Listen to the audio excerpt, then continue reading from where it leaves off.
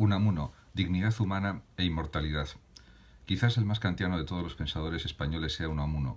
En distintos lugares hace coincidir el proyecto filosófico de Kant con el suyo propio.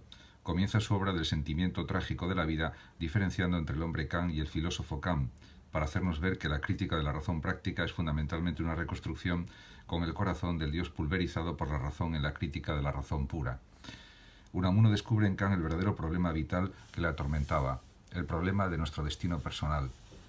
Sin embargo, a pesar de las pretendidas coincidencias entre ambos proyectos filosóficos, sus diferencias en el campo de la ética son palpables. Por ejemplo, en lo referente al problema de la dignidad humana, Unamuno acepta el imperativo categórico sobre la consideración de la persona como fin en sí y no como mero medio, pero sitúa la base de la dignidad no en la autonomía, como es lo propio de Kant, sino más bien en el anhelo de ser eterno. Si el morir es nuestro destino último, realmente no somos más que medios para que otros vivan, los hijos, la sociedad, la humanidad, el progreso social. Por eso considera Unamuno inhumano sacrificar una generación de hombres a la generación que le sigue, cuando no se tiene sentimiento del destino de los sacrificados, no de su memoria, no de sus nombres, sino de ellos mismos. Hablar de la dignidad de los hombres solo tiene sentido si realmente son portadores de un destino eterno. El anhelo universal de no morir totalmente, la búsqueda incesante de felicidad plena allende las barreras de la muerte, son la garantía de nuestro valor absoluto. El fundamento de la dignidad de cada hombre de carne y hueso se encuentra en su derecho a vivir para siempre. Es el anhelo de ser y de divinizarse lo que nos hace merecedores de un trato especial. Solamente el hombre puede ser de verdad tratado como fin en sí mismo si su fin último es la felicidad eterna. Cuando una persona concreta es tratada por los demás como mero medio, lo es porque se considera que su vida misma, su ser, no valen nada al estar de antemano condenados a morir eternamente. A las personas se las trata en muchas ocasiones como simples medios porque en el fondo se acepta que la muerte segará completamente sus vidas y porque en definitiva se asume sin queja que el morir es la máxima expresión de lo inmundo y miserable de nuestro universo humano. Siendo esto así, la misma muerte llega a convertirse en legitimadora última del desprecio absoluto a cualquier hombre que por el mero hecho de nacer entra a formar parte de aquellos que por una ley inescrutable han sido condenados a desaparecer en la nada.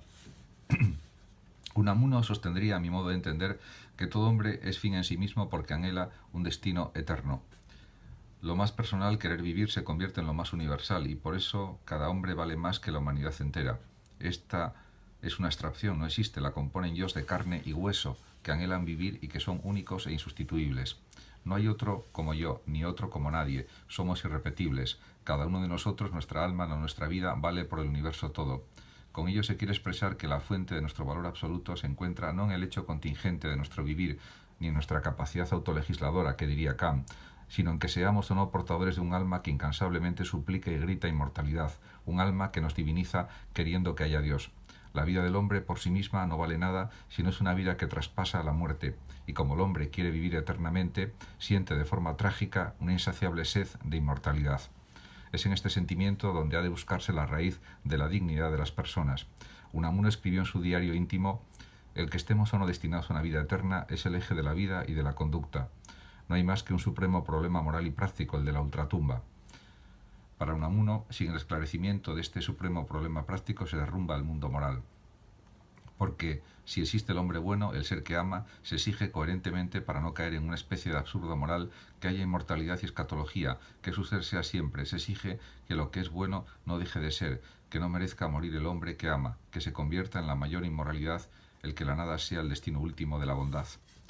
Este afán de coherencia moral distinto al kantiano se percibe claramente en la siguiente afirmación: el amor es un contrasentido si no hay Dios, con lo cual no se quiere indicar que Dios sea el fundamento del amor, sino que el amor conduce a la fe en Dios, que la moral exige, por pura coherencia interna, que haya Dios inmortalizador y vida eterna. Unamuno no piensa que la fe religiosa sea el respaldo y el fundamento de la moral, sino más bien lo contrario, que una determinada forma de vivir y de actuar es lo que posibilita la fe y la esperanza en la eternidad.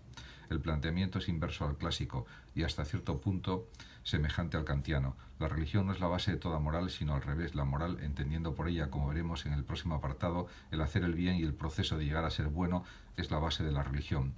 A Unamuno lo que más le interesa no es insistir en la inspiración cristiana de toda auténtica conducta moral, sino en hacer ver, como Kant, que la bondad moral exige necesariamente la creencia en Dios y en la vida eterna.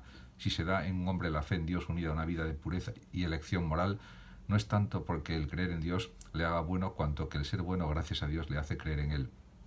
La bondad, dice Unamuno, es la mejor fuente de clarividencia espiritual. Todo lo dicho no equivale a sostener que el enfoque de Unamuno sea plenamente kantiano. Unamuno no diría como Kant que la religión depende de la moral, sino que como lo específicamente religioso lo constituye el problema de la inmortalización, la afirmación católica inversa a la anterior, la moral depende de la religión, cabe entenderla en el sentido de que no puede darse un hombre que haga el bien y llegue a ser bueno sin anhelar en el fondo de su alma la eternidad. Escribe Unamuno, no concibo la libertad de un corazón ni la tranquilidad de una conciencia que no estén seguras de su perdurabilidad después de la muerte. Se podría decir que para Unamuno la relación entre la moral y la religión tiene lugar en dos frentes contrapuestos. Por una parte, en que sin escatología quedan frustradas las expectativas de todo hombre bueno, y por otra, en que es de la misma bondad humana de donde emana la fe religiosa en la inmortalidad. Unamuno, aunque acepta el postulado kantiano de la inmortalidad y considera que lo mejor que podemos hacer es obrar como si nos estuviese reservada una prolongación ilimitada de nuestra vida terrenal, le da un matiz distinto. Piensa que haciendo el bien y sobre todo siendo bueno es como resultará más evidente, si se puede hablar en tales términos, que no merecemos morir, que no es justo que nuestro esfuerzo moral, nuestra bondad adquirida a lo largo de la vida, queden anulados en una nada desgarradora y corrosiva. La idea kantiana de obrar para ser dignos de la felicidad se ve hasta cierto punto matizada por Unamuno al afirmar que debemos obrar para merecer la inmortalidad. Para que quede patente que es una grave injusticia, un gran crimen contra nuestra persona el que sea la nada la que nos espere o lo que nos espere después de nuestro comportamiento moral. Lo que es en Kant, obrar para ser dignos de la felicidad, lo convierte Unamuno en este imperativo: obra de modo que merezcas a tu propio juicio y a juicio de los demás la eternidad, que te hagas insustituible, que no merezcas morir. Es evidente, pues, que las ideas éticas unamunianas están en perfecta concordancia con su preocupación filosófica central, el anhelo de inmortalidad, pero también que las matizaciones que hace a algunos aspectos de la ética kantiana, la dignidad de la persona, la relación ética-religión y el postulado de la inmortalidad, son de suma importancia para comprender la esencia de su pensamiento ético.